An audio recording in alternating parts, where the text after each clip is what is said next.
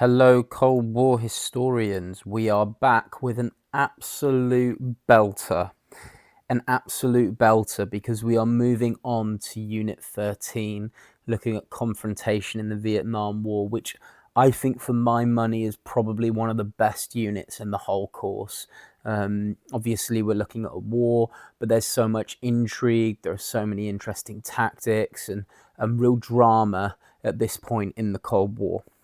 Now, we're moving into the Americanized phase of the Vietnam War, from roughly kind of 1964-65 into 1973, where the USA is no longer just advising South Vietnam, but actually directly fighting communist forces, or the PAVN, the PAVN as they were often known as, and the VC as well, the Viet Cong. Now, remember the wider structure of the course here. It sits in section 4, confrontation and cooperation, which I'm going to put here. Confrontation cooperation, which is the overall section, you can see. But of course, the title of this unit is Confrontation in the Vietnam War. And Vietnam really becomes one of the clearest examples of containment in action, but also one of its kind of biggest problems, shall we say. So I'm just going to go back here and just remind us of the spec. What I've done today is kind of chunked it up into two different blocks. We're going to start off by looking at Johnson's policy in Vietnam, how he becomes president. We'll then look at the Gulf of Tonkin resolution and escalation, the escalation of the war under LBJ. And then we'll actually look at kind of the war when the Americans send troops from 65, the tactics, and Tet as well in 1968. So first of all, I just want to kind of really flesh it out with the overall story in Vietnam. Now, you have seen this slide before in revision video 8 towards the end. So I just want to remind us of the big picture. We know that Indochina, okay, that kind of southern peninsula that sits out underneath China, is run by the French under French colonial rule from roughly 1887 through to 1940. And obviously one of the key parts of Indochina was Vietnam, as well as Laos and Cambodia. The French rule Vietnam for essentially a period of around 50 years before the Japanese take control of Vietnam during World War II, and there is a period of Japanese occupation. Okay, then what happens is at the end of the Second World War, the Japanese are defeated, and Ho Chi Minh declares Vietnam as an independent nation free from the French. The French come back to Vietnam. They still do have some strongholds. The Japanese don't fully wipe them out. They come back to Vietnam and then fight an 8-year war against Ho Chi Minh's Viet Minh forces, which we know as the First Indochina War between the Viet Minh and the kind of Vietnamese Liberation Force and France.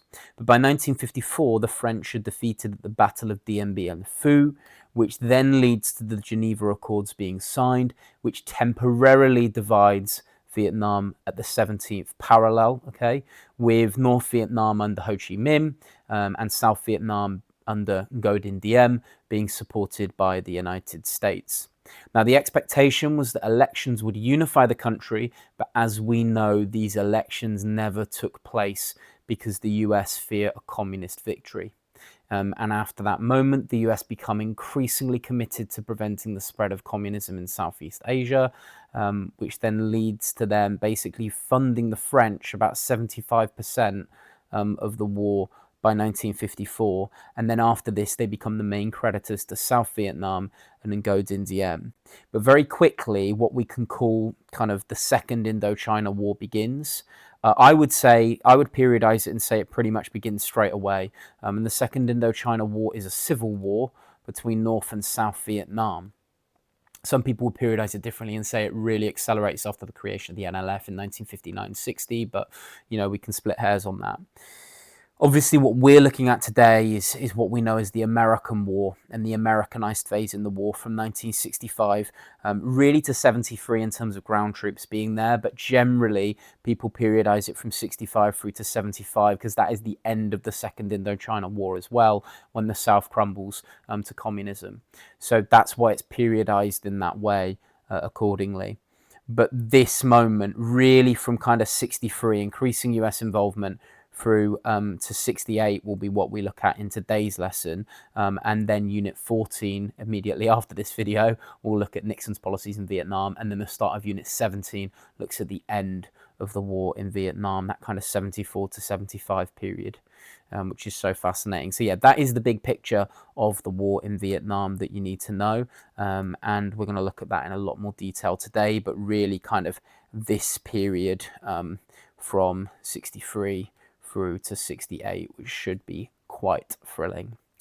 So let's get moving, and of course, let's look at how LBJ, Lyndon Baines Johnson, becomes President of the United States of America. And of course, it is in the most shocking fashion imaginable, because everything changes on the 22nd of November 1963 with the assassination of JFK, John F. Kennedy, the previous US president from 1961 through to 63. He defeats Richard Nixon in the 1960 presidential election and becomes US president in January 1961. But in November 1963, before he served out his first full term, he's about 2.5 years into his first full term. He is assassinated remarkably in Dallas, Texas. He is shot by Lee Harvey Oswald. I don't want to get into exactly why Lee Harvey Oswald shot him. You can do the Googling. There are millions of conspiracy theories, but for the purpose of this, Lee Harvey Oswald kills JFK. Now, that isn't actually really that important. This isn't, of course, about the analysis of JFK's assassination on this day in this motorcade in Dallas. What is important for us is the fact that LBJ is sworn in 2 hours later aboard Air Force One. And you can see him here being sworn in. He's got his hand on the Bible.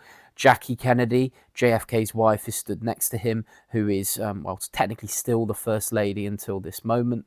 Yeah, it's quite a remarkable moment in US history that day, just how quickly LBJ has to become acting president. And you can see him here, as we said, at Love Field Airport taking the oath of office. But what I want you guys to be thinking about is what impact could Kennedy's death and the fact that LBJ was vice president have on his actions as president. And Mr. Sayer / myself, depending on who taught you in year 12, will have got you to think about this. And it's really interesting for us to think about now. So the point is that Johnson isn't elected president at this stage. Okay? He assumes the office because that's what the US Constitution says.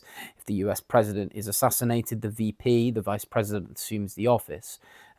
US elections happen every 4 years. They're entrenched. They happen on the the first Tuesday after the first Monday in November. Don't worry about that language, but it is written in the Constitution that way.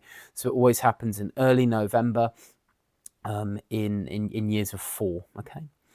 So there's no presidential election for Kennedy's replacement. It is LBJ, but he feels as though he needs to have a successful record to run on in the 1974 election. The election is about a year away, okay? He needs to have a successful record. How can he get that? Well, in theory, what he wants to do is escalate pressure on Ho Chi Minh's forces and win a swift victory to gain legitimacy as president.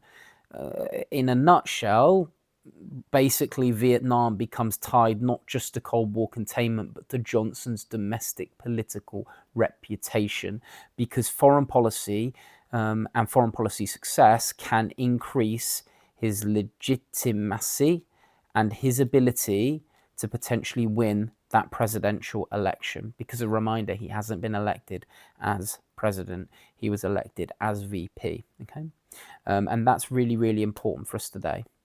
And interestingly, LBJ gains more significant powers in August 1964, because one of the key turning points in Vietnam comes in the Gulf of Tonkin, which is basically a sea. It's a gulf just off the northeastern coast of Vietnam. And what happens on this day is a US destroyer, which is called the USS Maddox, reports being attacked by North Vietnamese patrol boats. Now, there is still debate today about exactly what happened in the second alleged attack, and how much the Americans provoked it. We're not going to get into the nuts and bolts of that today because this is a revision video. But the point is, LBJ uses the incident politically to gain the upper hand and gain emergency powers from Congress. And it provides justification for greater military involvement, the Gulf of Tonkin incident. Now, here is the crucial thing. Politicians, you guys will know this, but historians, you may not know this. Within the US Constitution, there are 3 different branches: the President, Congress, which is the legislature, and the Supreme Court, which is the judiciary. Congress has the power to declare war. Congress has the power to declare war. The president does not have the power to declare war, but the president is commander-in-chief.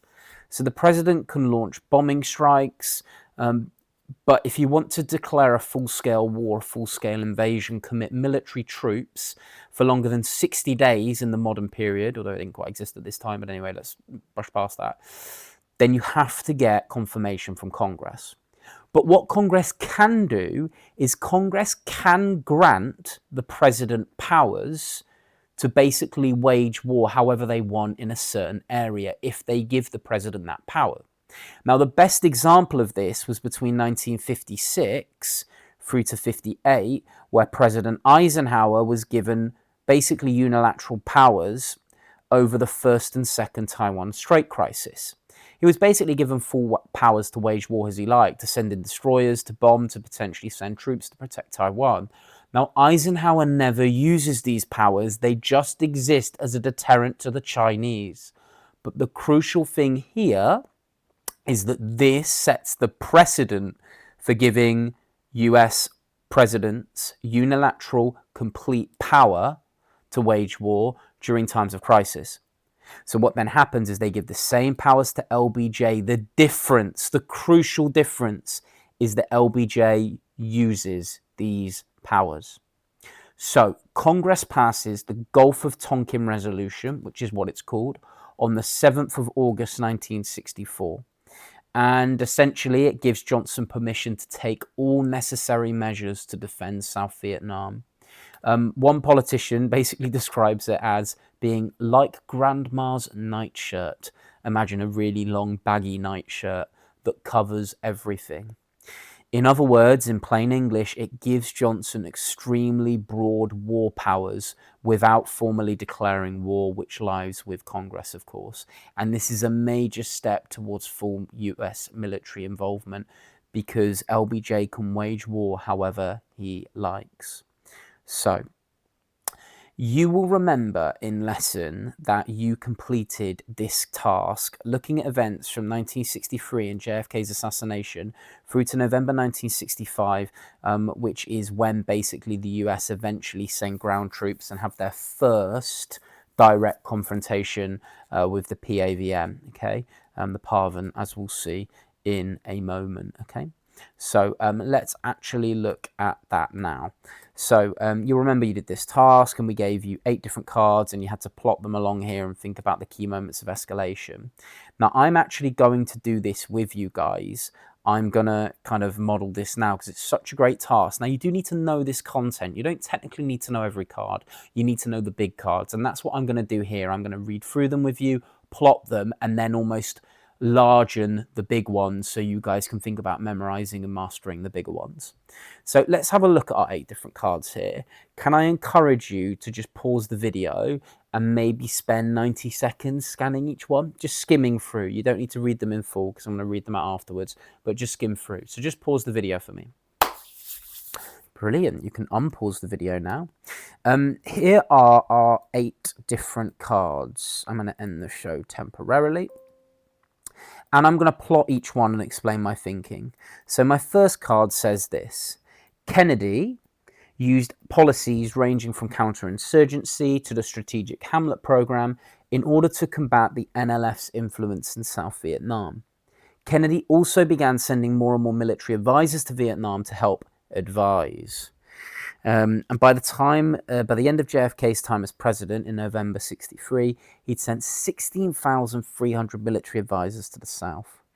Now, in terms of my escalation scale, I'm going to put that one fairly low. I'm going to put it at about a 3. Obviously, there is US involvement in Vietnam. They're sending military advisors to advise, and they're helping develop the tactics of the South in terms of policy. But ultimately, they haven't committed ground troops. They haven't started bombing yet, largely because Gulf of Tonkin hasn't happened. Our next key card is January 64. And this is looking at Johnson's early policies. In January 64, Johnson agrees to implement O Plan 34A, which was a strategy based on covert action, progressively escalating pressure to inflict increasing punishment upon North Vietnam. So essentially increasing spying, increasing low-level raids using the ARVN, the ARVN, to try to convert people in the north and Viet Cong strongholds in the south to the South's capitalist vision. And he also continues the number of military advisors and increases it to 23,300. So that's a slight escalation. I'm going to put it at about a 4, but I don't think it's quite as significant as these other cards, which is why I'm putting it smaller. Now, here's a biggie. August 1964, we've already spoken about it, Gulf of Tonkin, and the impact that it has on increasing the powers or the war powers of LBJ. So that's really important in giving him, facilitating the increase. So I'm putting this one a little bit higher here because that facilitates increased powers. By the end of 1964, then, we have this situation. China agrees to supply weapons to the north. The USSR establishes firm links with the NLF. The first North Vietnamese forces, the PAVN, moved down the Ho Chi Minh Trail. The VC strengthened their position in the south near the Mekong Delta, as I'll illustrate later, and the US bombing campaign had failed to bolster South Vietnam's government, and the South Vietnamese army was in a state of low morale. Now, this is actually quite a big moment because by the end of 64, the conditions are basically there for increasing war. So I'm going to put that one slightly above 3. I don't think it's quite as important of Gulf of Tonkin, but it helps kind of set the scene and pave the way for later events. Now, one of the key involvements or escalations is Operation Rolling Thunder, so I'm putting it here towards 10. We know what Operation Rolling Thunder is. We're going to look at it in more detail later, but that's crucial. Okay. We then have March 65, where the first US troops arrive. There is a proposal from the North to withdraw, but Johnson rejects it because he sees the terms as being too soft and it will lead to the South falling to communism. And then we've got the increase in bombing across 1965 and the increasing troop numbers being sent that you can see here. Around 200,000 troops sent by the end of 1965, although the peak would obviously be 1968. And then the key moment, that first major land battle between the US and the North Vietnamese, so the US forces and the PAVN, which happens at La Drang Valley in November 1965. Now, interestingly, there's a bit of disputed victory. The USA, only 300 soldiers die. About 2,000 to 3,000 North Vietnamese soldiers die. So 10 to 1 in terms of numbers. But it's more than just that, as we'll see in a moment. So I've made a bit of a mess of laying this out, haven't I? Because I don't really have the room of you guys, but you can see the kind of crucial jumps there for me, being this one here that you guys absolutely need to know. I would memorize this one on Kennedy, just because it gives you context. And the 64 is crucial because it shows the globalization and different actors coming in. Rolling Thunder, we know, and then this last one, 8. So 1, 3, 4, 5, 6 and 8 are the key ones. So kind of 3 and 7. 2 and 7 are the 2 to kind of not know there. Now, let's focus in on what happens at La Drang and this first major battle. And let's bring it to life a little bit more through a quote from key US general at the time. So let's have a look. This is General Westmoreland, who basically commanded the US troops, the US Army in Vietnam. And he speaks here about counting corpses after the battle. in Nha Trang, and he portrays it as a success, unsurprisingly. General Westmoreland. The Americans have killed 10 Parvin members for every one American death. And he says this is a success. However, the retort is this.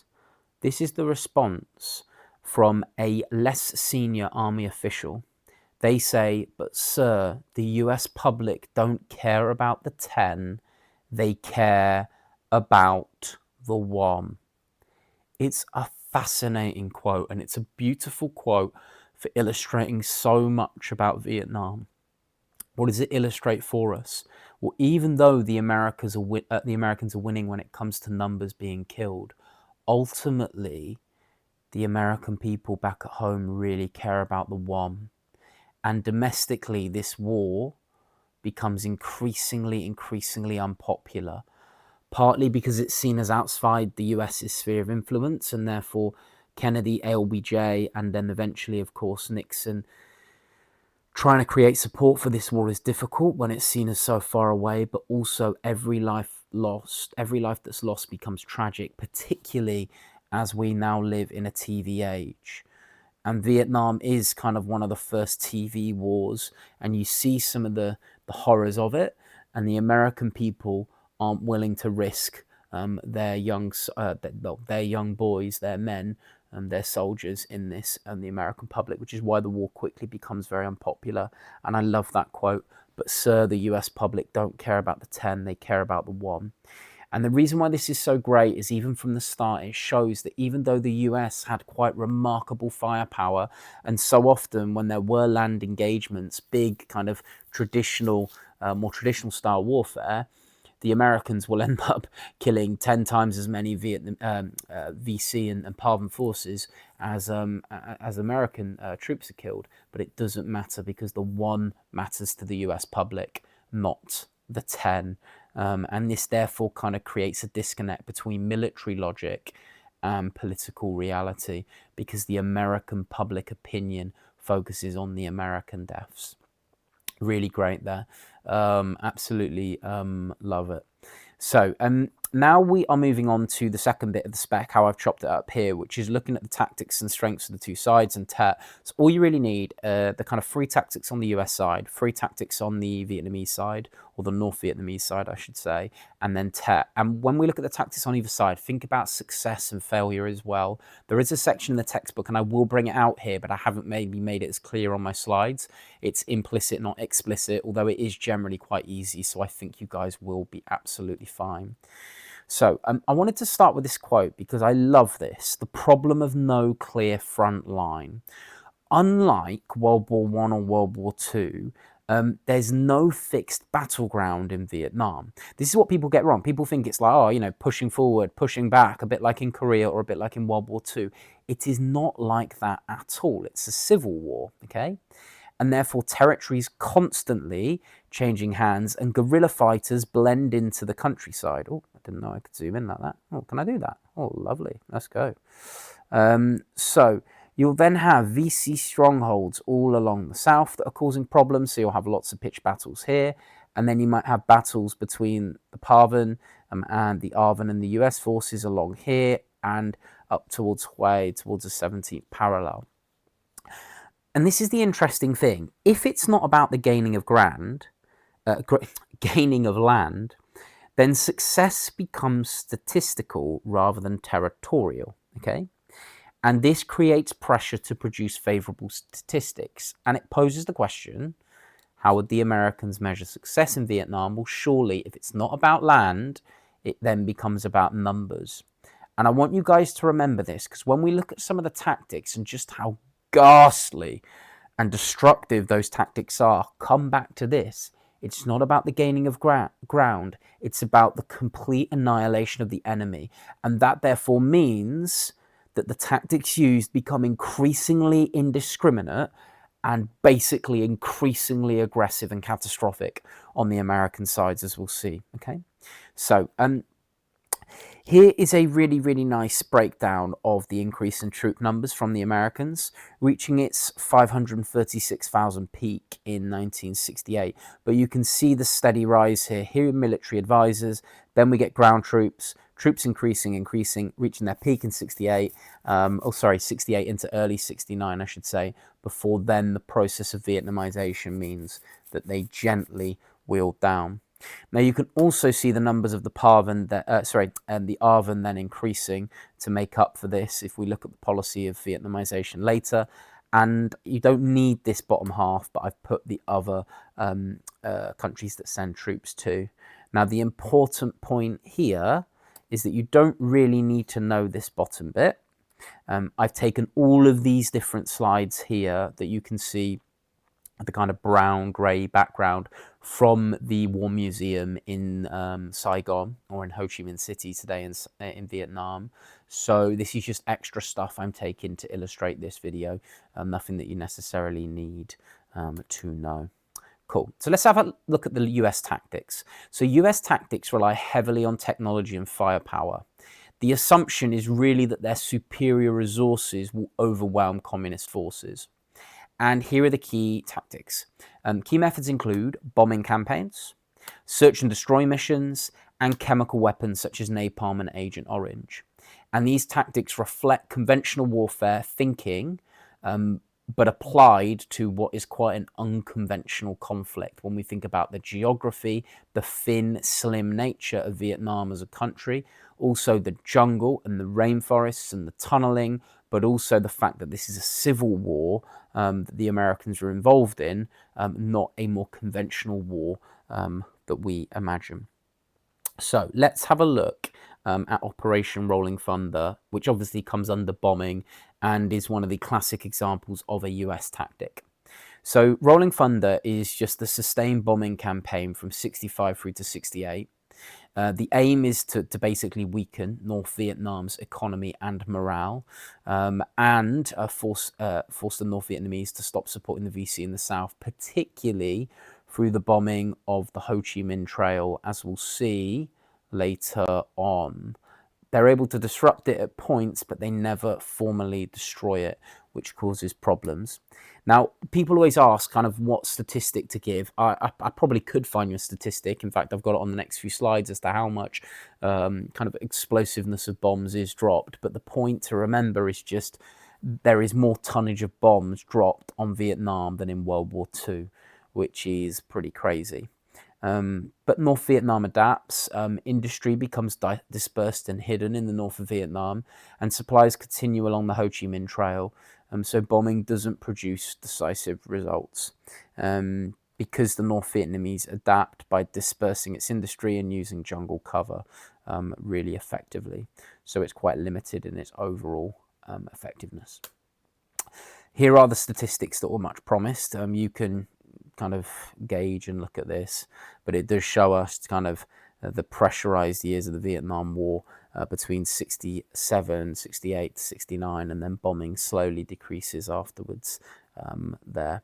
But yeah, a remarkable amount of bombs dropped on North Vietnam, and also some dropped on South Vietnam too. The grey is on South Vietnam, and the point is here that these bombs are being dropped on VC strongholds. So where the Viet Cong are strong, that's where these bombs are being dropped in the south. But that does have the impact of annoying a lot of the rural peasantry and converting those Vietnamese people to the North's campaign and to the North side, essentially. Right, let's have a look at some other tactics. So let's look at search and destroy missions. So search and destroy missions involve US troops entering rural areas to locate VC, Viet Cong bases, and then attempting to eliminate them very rapidly. And the key kind of technology for this is actually the chopper or the helicopter. Helicopter usage means that this can be done very quickly with a lot of precision. And helicopters themselves almost become a symbol for the Vietnam War that I'll mention a little bit later on in the video. Now, villages suspected of supporting communists are attacked. However, this often alienates civilians because it leads to high civilian casualties, lots of people dying who weren't necessarily VC, and therefore it reduces support for the USA and South Vietnam because their tactics are so aggressive in the way in which they work. And it also undermines support for the South Vietnamese government and converts them to the North. And therefore winning the war becomes harder politically. Here's a great example of some of these search and destroy tactics and the type of thing that would happen. So I'm going to flick through and show you these images. I just want you to look, and then I'll talk you through each one. So image 1, image 2, image 3, image 4 and 5. Or I should have given you a warning for that one, because that one is a trigger warning, because that one is pretty grim. So if next time I go over it, I'll give you a trigger warning. So this one is really interesting. So the quote underneath this image is as follows. This is basically a person being tortured. They're being waterboarded. So they're being held down. The cloth is put over their mouth, and it's filled with water, which basically means that the prisoner of war can't breathe, and they're torturing them for information, making the person's breathing impossible. Really, really grim. The next one here, and again, trigger warning for this. You don't have to look through this if you don't want to. But these are just bodies being stacked up. Accused VC, accused Viet Cong. We don't know if they were or not. And here's the quote under the image. It says, "Body count, a US military's yardstick to measure success for the war." And here's a quote from an American soldier. "If it's dead, it's Viet Cong." And obviously we know a lot of these people weren't Viet Cong, but it doesn't matter. And that's just how indiscriminate the killing becomes towards the middle phase of the war. It's a really, really sad moment where you can see here, it's two different images taken at a different time. There's a person being pushed out of a plane here, and then you see the second image of their body falling down. So this is basically a war prisoner being pushed down from a US Army helicopter and falling to his death. And the next one I think is probably the most difficult to watch. So if you are squeamish, turn away. But you can see the kind of mangled corpses on the left after a search and destroy raid, and people that were assumed to be VC being, they're killed, but being towed, being dragged through the street, dragged through the mud by the back of an American tank. I don't actually know if it's a tank or if it's, I think it's a tank. It may actually just be an armoured vehicle, but just pretty grim stuff. And look, this is in the south of Vietnam, this museum, and it's very kind of pro-communism, pro Ho Chi Minh, pro the North. And there were atrocities committed on both sides.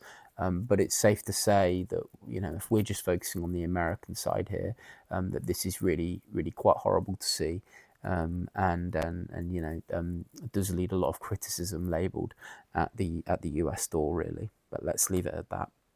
So let's go on to look at Napalm and Agent Orange, which again was some really, really quite destructive tactics used by the Americans. Now, napalm is just a highly flammable chemical weapon that was used to destroy jungle cover and enemy positions. It's known as a defoliant, okay? Which basically just means it destroys crops, it destroys trees, but it also causes devastating burns and civilian casualties if you get it on your skin. Yeah, it's pretty unpleasant, shall we say. Agent Orange is similar. It's a chemical defoliant. I'm sorry, I spelled it slightly wrong. Defoliant used to remove jungle cover, hiding the guerrilla forces, destroys crops, but it weakens rural support networks for the Viet Cong, which is a success. It does do a good job in some ways at breaking up the Ho Chi Minh Trail, but it does also cause long-term environmental damage and birth defects. And still to this day, you guys know that I went to Vietnam. You see a lot of people with physical disabilities, missing limbs, and a lot of that is because of the long-term implications of Agent Orange. Still to this day, it's passed down. It can be passed down hereditarily, and therefore children, grandchildren can be missing limbs and can be disabled because of the dangerous chemicals basically getting into water supplies, being drunk by people and getting into their bodies. So it's really, really unpleasant. And again, just increasingly shows the kind of moral questionability of this war at this point. And this is really interesting when we think about images and the media. You all will have seen this image before because it's one of the most famous images in history, probably one of the most famous war photographs ever produced. Oh, here's a bit more on Agent Orange if you want to pause it and read it, that comes from the museum, but I'm not going to cover it now. Here are some images that I took from that museum in Ho Chi Minh City when I took them in 2023 when I visited Vietnam 3 years ago. And here's the destruction that Agent Orange and napalm caused. This one would be more likely Agent Orange than napalm. A young Vietnamese boy just venturing out through just a complete desolate, destroyed landscape. This would have been rainforest before. And I left the quote above this in the museum. This is one of the most famous images ever taken. It's the photo of the napalm girl, the naked girl whose basically clothes have been burnt off her. Some have been burnt off, some she's had to take off because her skin's burning because of the napalm. And I'm going to read it out in full, this quote. On June the 8th, 1972, US troops dropped napalm bombs down on Trang Bang district, Tay Ninh province, destroying houses, farms, and civilians. The attack also caused a 9-year-old girl named Phan Thi Kim Phuc, to get burned desperately. The photo of Napalm Girl, taken by the reporter Hun Kon Yut, received a number of international awards, including World Press Photo, which is the largest European press photography award, and Pulitzer Prizes, an Academy Press Award in 1972. It was actually ranked 41st out of 100 of the most influential photos in the 20th century, voted by Columbia University. So really, really basically saying it's the 41st most iconic photo taken in the 20th century, which is pretty crazy, and one of the most iconic and memorable war photos of all time, showing the technological advancement of America and the destruction that its chemical weapons caused in Vietnam in just the most real, vivid and emotive way. A young, naked girl crying. Brilliant. The final thing that I wanted to show you guys when it comes to the use of chemical weapons is actually where they're used. This is what people get wrong. Oh, they must have been used loads over the north. No, they were used predominantly in the south, here, in VC strongholds. So where the Americans thought there were VC strongholds in the south, what they would do is spray the chemical weapons to try to expose the south and expose the VC and get them to come out of their hideouts in the jungled rainforest, and also in their kind of tunnel networks and complexes. And the bits in pink just showed that they were sprayed twice, and the bits in green show being sprayed once. So it just does a good job to illustrate that a lot of the chemical weapons are actually used on the south, not actually on the north, which people get wrong.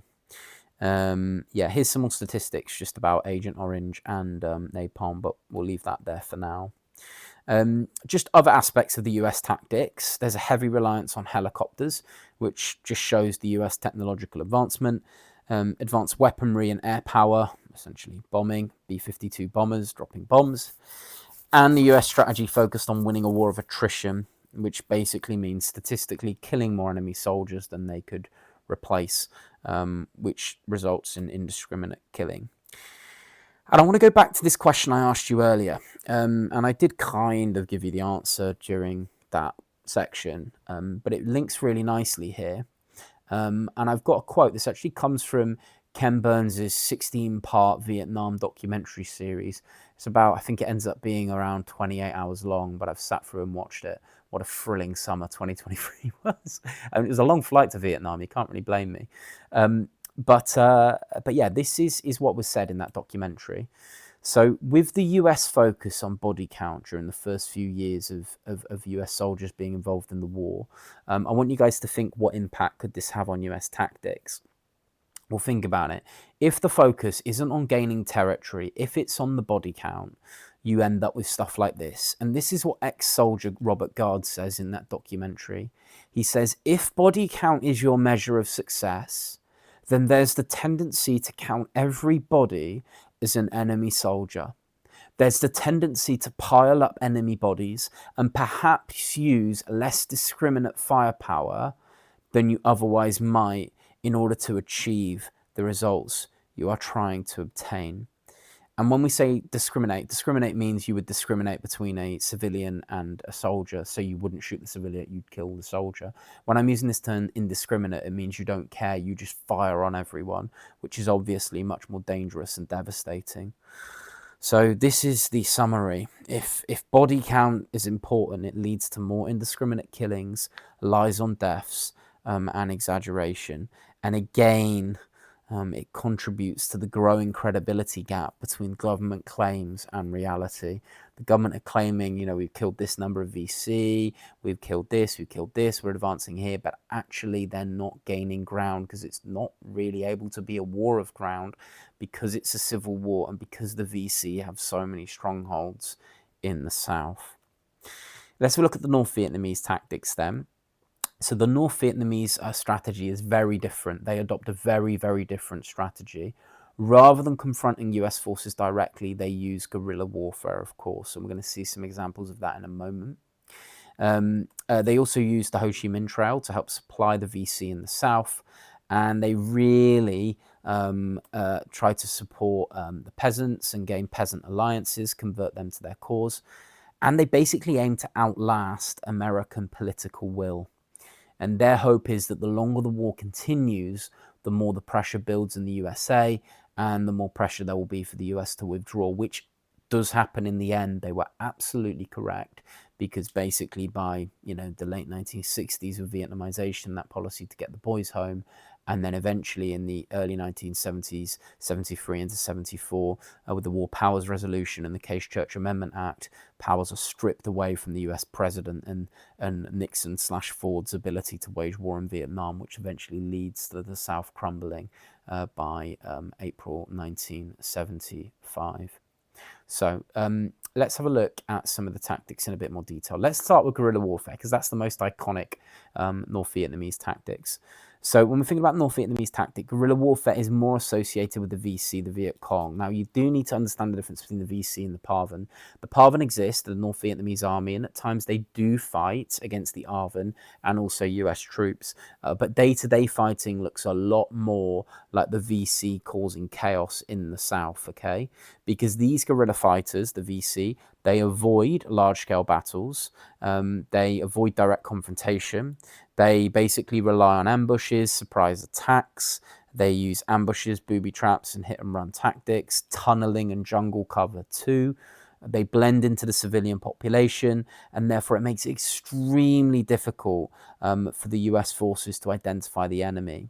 So even though the US has technological superiority, they ultimately lack local knowledge to be able to deal with the VC using guerrilla warfare in the way in which they do very, very effectively.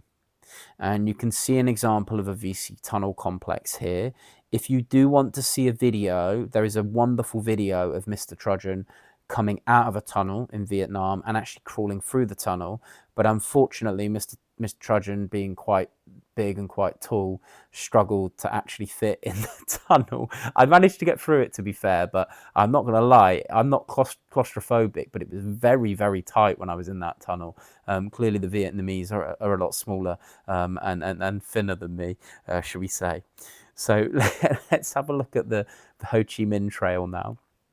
As we know, the Ho Chi Minh Trail is that major supply network that runs down, through Laos and Cambodia into parts of South Vietnam to support the VC. It basically allows the North Vietnamese to transport weapons, troops and supplies to the south and to the VC/the NLF that are radicalizing people in the south to the North's aims. Now, it's constantly bombed, despite US heavy bombing. The trail is never really fully destroyed, and therefore it shows the limits of US air power. And the fact that the communist forces are highly resilient and adaptable too. But the reason it's not destroyed is partly jungle cover, and also partly just the fact that whilst this looks like a small amount of area, it is actually a really, really vast area. And with some tunnels that are created and different storage facilities, they're still able to get supplies to the VC in the south. And then the final bit is peasant support. The VC are able to gain support from rural peasants through propaganda and land reform promises, and also the tactics of the US that we know push the peasant population towards the VC and the north. They also use local knowledge to hide supplies and gather intelligence to help support the VC. And they often portray themselves as nationalist liberators to help win support. And to be honest, it's really interesting this, because without peasant support, guerrilla warfare would be much more difficult, because they could rely on the local peasantry and the local population. It was a lot easier for them to operate in parts of South Vietnam. So here's kind of the summary. The summary is the North Vietnam's not trying to win quickly. Instead, they aim to prolong the war and outlast US political will rather than win decisive battles. So basically, what becomes their biggest weapon? Time. They want to wait out. They want to wait out the Americans and wait for them to basically withdraw before they take control of the South. Really interesting. So one final thing that we need to look at is then Tet. Because between 65 and 68, the line from LBJ's administration is we're winning in Vietnam. It's going to take time, but we're winning. Look at the numbers, look at the deaths. We're winning. Way fewer US deaths are coming back than compared with the North Vietnamese forces. We're winning. But then in January to February 1968, there is a key moment, which is Tet. Now, the Tet Offensive is a major, major turning point. Why? Well, what happens is the VC, the Viet Cong, launch a surprise attack on 100 towns and cities during the Tet holiday. Okay, I'll show you exactly where they are. Did I have it on the slides? No, I didn't. I'll map it. So let me go back to just get a decent map up. Here we go. So in a nutshell, these are kind of the towns that are attacked during Tet. So there's loads of fighting in and around Hue here. Give me a pen. In and around Hue here, there's lots of fighting here. And then there's lots of fighting all down here in and around the Mekong Delta, all around here. So just basically close to 17th parallel in Hue, and then just on the Mekong Delta here between kind of Cambodia and Vietnam, there's a huge insurgency and these huge surprise attacks all across South Vietnam. Okay, let me go back to where we were. Here we go. So the key targets include Saigon, as I said, and Hue. Even the US Embassy was attacked too. Militarily, the VC are heavily defeated. Around 25,000 get killed. It's not a military success for the VC and for the North. But psychologically, the impact is absolutely enormous. Because the argument becomes this, okay? It shows that communists are still capable of major coordinated attacks in spite of the US doing everything, throwing everything in the last 3 years. 536,000 troops by 1968. Even LBJ and the American military-industrial complex are sending lots and lots of people into Vietnam, but they're still not winning. The argument would be if the US are winning, like LBJ and his advisors are telling people back in America, how can such a large attack happen? So Tet has the impact of damaging US public confidence. It reveals the US were not winning the war and creates the impression of a stalemate. It also massively increases pressure on LBJ to change his policy, and public confidence in the war declines sharply, and it triggers that year of chaos in 1968, as we'll see, because in 1968, remarkably, at the end of March 1968, oh my God, wow, this is the day I'm actually recording the video. Wow, I didn't know that. That's unbelievable. Wow. You'll probably be listening to this months in the future, or even maybe even years in the future, but that's a turn up for the books. Wow, you can see when I uploaded it. So what's that? 58 years in the 58 years in the future. On the exact day that LBJ announced he wouldn't run for re-election. Now that is a seismic moment.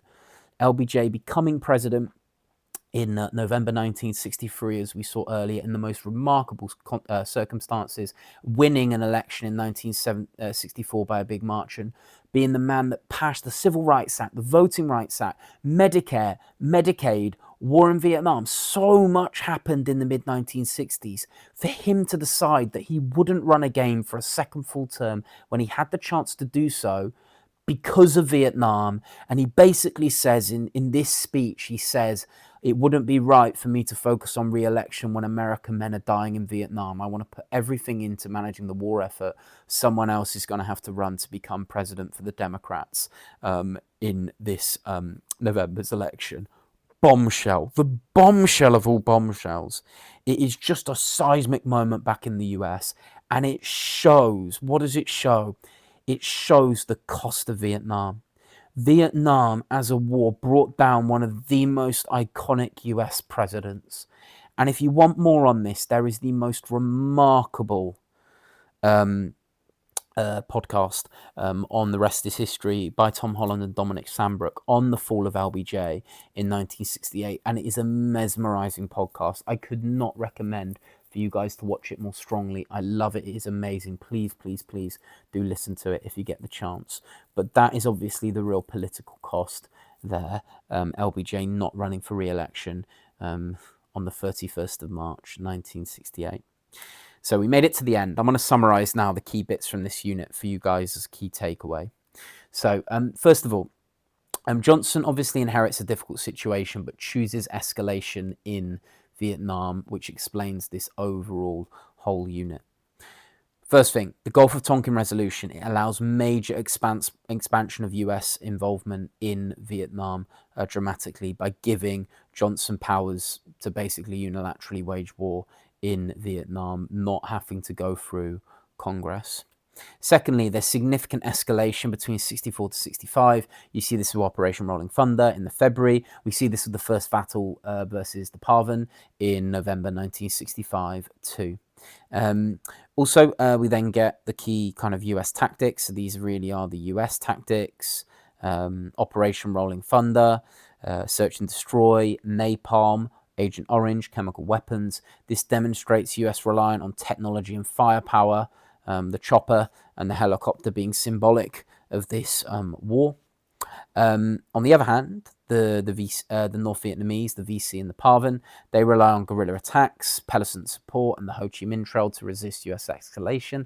And actually, these tactics are really successful compared to the American tactics because, as we said, the US strategy focuses on attrition, but communist forces aim to outlast US political will, and they play for time, and they gain the support of the population, or significant swathes of the population in the South. And despite massive escalation, US tactics are not able to secure a decisive victory by early 1968. This is revealed by the Tet Offensive in January to February 68, which psychologically damages the American war ethic because it reveals to the public that the US are nowhere near winning this war, because how on earth could the North launch such a large offensive if the Americans were close to winning the war? So that damages the Americans and then triggers the catastrophe of 1968 that it would become with the assassination of Robert Kennedy, the assassination of Martin Luther King, and also LBJ remarkably pulling out and deciding not to run for re-election, despite him being one of the most iconic US presidents. And I think on that bombshell, LBJ refusing to run for re-election, we have to end the video. Happy revising. I hope you enjoyed that video on Vietnam. All the best. Bye-bye.